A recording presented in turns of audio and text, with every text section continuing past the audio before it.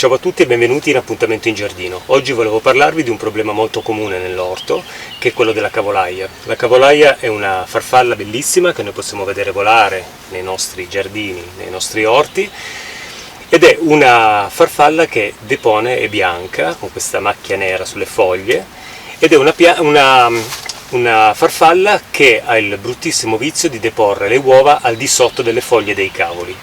Successivamente si sviluppano le larve, queste larve divorano poi le foglie dei nostri cavoli. A volte può essere un problema veramente serio in un orto, se c'è una grande infestazione di queste larve. Come possiamo controllarle? Possiamo controllarle con un macerato di foglie di pomodoro o fusti, se abbiamo delle piante ormai da buttare via, che magari non sono cresciute bene, che dobbiamo eliminare. Io in questo caso potete vedere che ho raccolto un bel po' di foglie delle mie piante per due motivi. Il primo per fare il macerato. Il secondo per pulire al di sotto i pomodori in modo da non creare zone d'ombra dove le lumache possono insediarsi per poi partire di notte a colonizzare l'orto e divorarmi gli ortaggi. Il problema delle lumache finalmente è stato più o meno gestito, anche perché sta piovendo un po' meno, c'è tanto calore, infatti c'è un caldo infernale, ma a me piace tantissimo, e questo fa sì che le lumache si muovono un po' meno, quindi stanno solo nelle zone veramente che rimangono in ombra un po' per tutto il giorno. E quindi qui nell'orto vedo che c'è qualche lumaca morta in giro, perché avevo sistemato la birra, e quindi qualcosa sono riuscito a controllare finalmente. Abbiamo visto i grandi problemi delle lumache quest'anno perché ce n'erano tantissime. Io ho i cavoli di Bruxelles e il cavolo cinese. Il cavolo cinese non è stato attaccato, probabilmente perché sotto questa serra fa particolarmente caldo, mentre il cavolo di Bruxelles è un po' verso l'esterno della serra, qui circola più aria e probabilmente è un posto più favorevole per la cavolaia per far crescere appunto le larve. E ho notato sotto le foglie dei miei cavoli la presenza di diverse larve già in atto nel divorare le foglie. Io che cosa ho fatto? Ho preso le foglie, le ho tagliate e le ho portate lontano. Altrimenti si possono piegare le foglie, sotto ci sono le larve, e schiacciarle un po' tutte insieme per distruggerle. Se notiamo le uova possiamo tagliare il pezzo di foglia e portare via il pezzo di foglia con le uova attaccate sotto, ma una cosa che bisogna fare assolutamente è appunto quello di far sì che la cavolaia non arrivi ad attaccare i nostri cavoli, quindi l'azione del macerato è un po' quello di respingere l'attacco della cavolaia. Il macerato può essere preparato con foglie e fusti di pomodoro, diciamo su 1 litro d'acqua, 300 grammi di foglie e fusti di pomodoro, poi triturati insieme, spezzettati e buttati appunto nell'acqua a macerare. Oppure possiamo usare una quantità di foglie, ad esempio secche, che diventa una quantità minima. Mi sembra che per 1 litro di acqua per fare macerato con foglie secche di pomodoro ne bastano 80 grammi, se non sbaglio.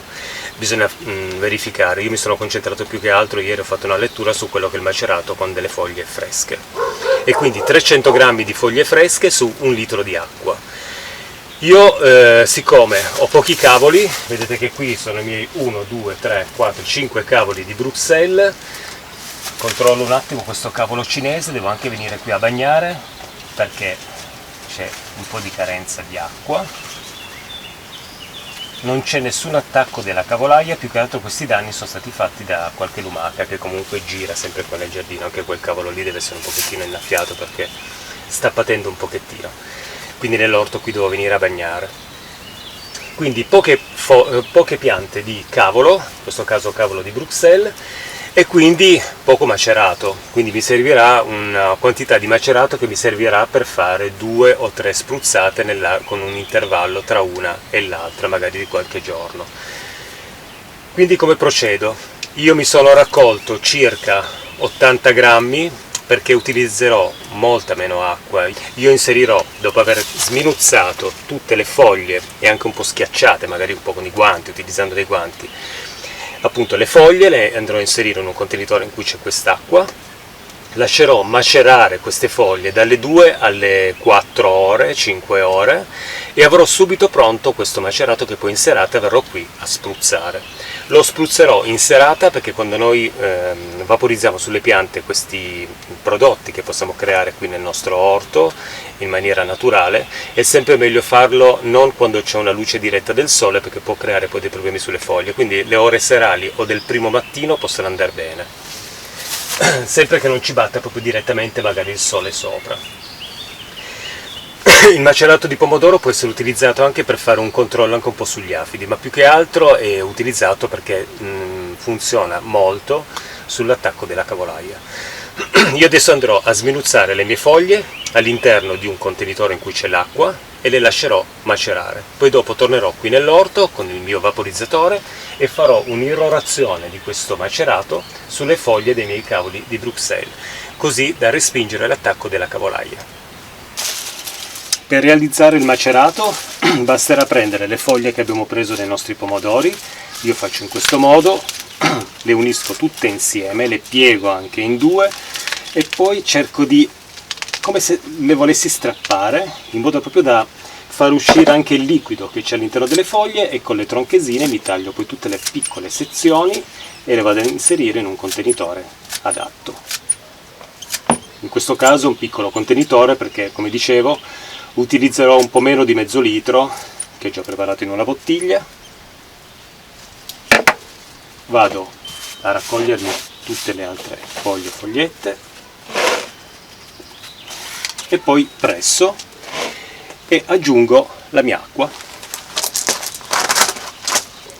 Qui c'è un po' meno di mezzo litro e quindi vado a bagnare per bene. Poi quello che posso fare volendo, adesso qui ho una bottiglia di latte che non ho più utilizzato, ormai da buttare, che l'ho utilizzato per creare quel liquido da spruzzare sulle rose, poi l'ho lasciato qui, quindi è andato a male, ma facendo un po' di peso lo sistemo al di sopra delle foglie, in modo che tutto sia bene al di sotto dell'acqua. Dovrò aggiungere un pochettino di acqua, quindi la prendo da una vasca che ho qua fuori, quindi mi avvicinerò un pochettino al mezzo litro. Io ricordo che per mezzo litro di acqua ci andranno sui 150 grammi di foglie fresche, per un litro di acqua sui 300 grammi più o meno di foglie fresche. Poi può essere anche un po' relativo, nel senso un po' sotto, un po' di più, va bene comunque, se dobbiamo fare un piccolo intervento come il mio. Adesso che cosa farò? Dopo aver sistemato le mie foglie, che vado a pressare qui all'interno del contenitore, vedete che si creerà già quest'acqua che è già un po' verdina, e la lascerò riposare qui un 2 orette, 2-3 ore, si può arrivare anche a 5 ore, e avremo subito pronto poi un qualcosa da spruzzare poi in serata sui cavoli. Quindi ci vediamo tra qualche oretta per poter fare questa nebulizzazione con questo strumento sulle piante di cavoli, e così respingiamo l'attacco della cavolaia. Ricordo, nel caso l'attacco è già in atto, bisognerà distruggere le larve e allontanare le uova, quindi ispezioniamo un pochettino le foglie, soprattutto al di sotto delle foglie, perché è lì che la cavolaia depone le sue uova, perché sono protette, non sono in vista, e quindi i vermetti possono poi fare tutto il loro lavoro indisturbati, perché nessun predatore li vede. Si vedranno soltanto al di sopra della foglia i buchi creati dai vermetti quando divorano appunto la foglia dei nostri cavoli. Io ho notato che il cavolo cinese non è stato attaccato, non so se l'ho detto lì nel video, che potrebbe essere perché sotto la sera fa veramente tanto caldo, quindi magari la farfalla non depone lì in situazioni di calore veramente estremo e di aria ferma. Credo che abbia preferito proprio il cavolo di Bruxelles perché in una zona un po' di passaggio di aria, di scambi di aria, quindi proprio per una questione di sopravvivenza. Gli attacchi che fanno gli animali alle nostre piante lo fanno per una questione di sopravvivenza, ma cercano sempre di attaccare le piante che garantiscono anche la sopravvivenza delle loro larve, per potersi nutrire, star bene e diventare poi delle nuove farfalle, in questo caso le cavolaie.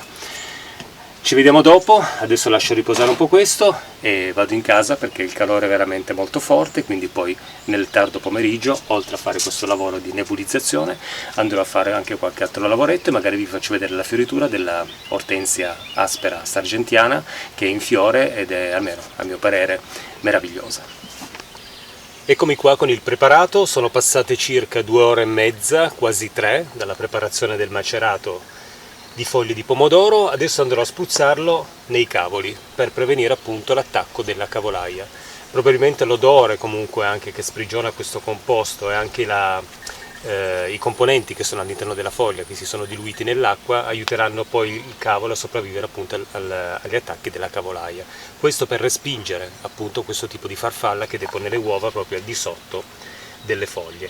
Io adesso andrò a vaporizzare un po' attorno ai miei cavoli. Logicamente le piante non devono essere irrorate in maniera massiccia, basterà una nebulizzazione leggera, un po' come quando si dà il verde rame alle piante. Questo dovrebbe riuscire a respingere un pochettino l'attacco della cavolaia. Quindi solleverò le foglie andando ad agire proprio al di sotto.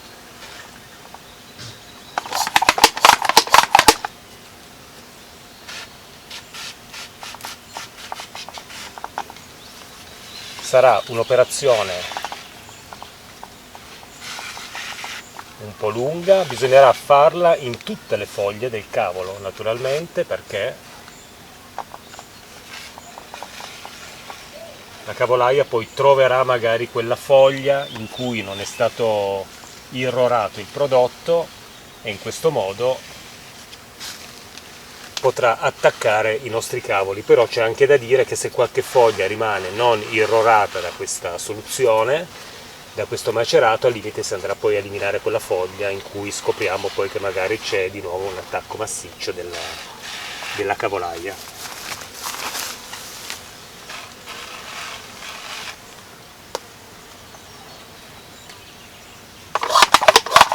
Come vedete il quantitativo è veramente minimo perché ho poche piante. Uso dei guanti proprio per non sporcarmi le mani con questa soluzione, perché il pomodoro comunque contiene della solanina che non va mai ingerita, neanche cerchiamo sempre di non spruzzarci il prodotto comunque verso la faccia perché non è un bene.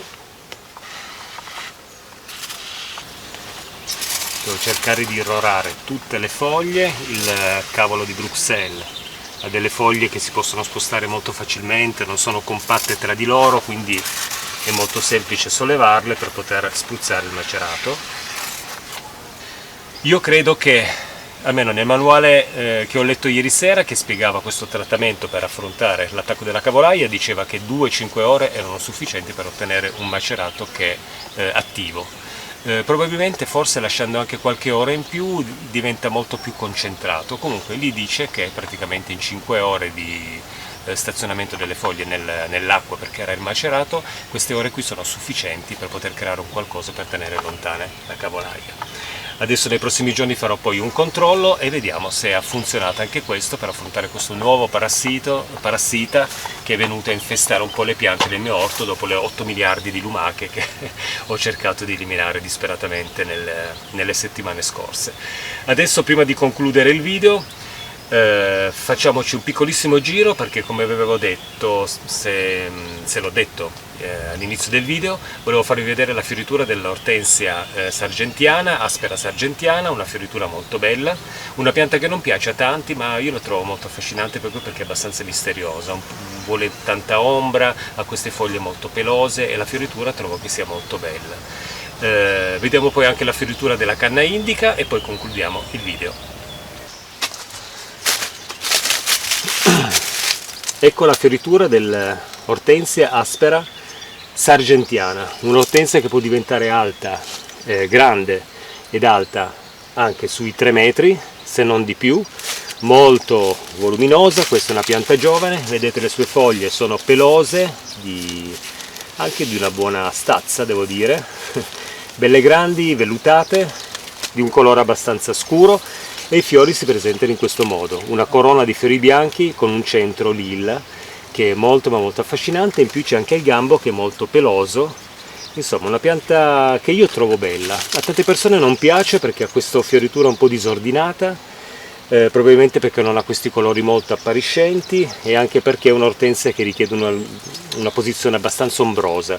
Io l'ho sistemata qui sotto i banani, in modo che le foglie del banano poi, quando arriva la bella stagione, si aprono e creano una bella zona d'ombra, e vedo che questa pianta si trova molto bene. Tra l'altro è un'ortensia che non va molto potata, non vuole essere molto disturbata, bisogna lasciarla crescere un po' liberamente, controllando soltanto la sua esuberanza, tagliando tutto ciò che va fuori dalla direzione che vogliamo dargli. Questa è l'ortensia aspera sargentiana. Eccomi qua davanti alla fioritura della canna indica, è un po' di anni che è qui in giardino, quindi ha creato un bellissimo cespuglio, i suoi fiori si stanno aprendo con questo rosso scarlatto fortissimo che si vede veramente a distanza. Mi piace molto come pianta, è una pianta che non sopporta molto il freddo invernale, rischia di morire, però se facciamo una pacciamatura molto spessa nel terreno con foglie, io ad esempio utilizzo tanto le foglie del banano per fare la pacciamatura, poi sopra sistemo anche dei rami per appesantire un po' il tutto in modo che schiaccia nel terreno, fa una bella zona compatta che tiene il tutto al riparo dal gelo invernale. Un gelo invernale che negli ultimi anni non c'è neanche tanto, quindi anche per questo che questa pianta si sviluppa sempre molto bene, perché non c'è più questo grandissimo freddo invernale come in alcuni anni del passato, in cui mi ricordo che il freddo durava per tutta la stagione invernale, mentre quest'anno di nuovo abbiamo avuto quel mesetto in cui ha fatto un po' di freddo intenso. Per il resto è stato un freddo sempre alternato a delle giornate comunque particolarmente, non dico calde, ma ad una temperatura che non era proprio quella dell'inverno pieno. Le foglie sono un po' danneggiate, ma ne ho già parlato in altri video di questi attacchi di lumache che ho avuto, qualcosa di veramente mai visto qua in giardino. Comunque la pianta è riuscita a superare il livello della terra e gli attacchi delle lumache e crescere in altezza con le sue bellissime fioriture che andranno avanti poi ancora per tutto luglio, per arrivare poi fino ad agosto con le sue bellissime fioriture color scarlatto.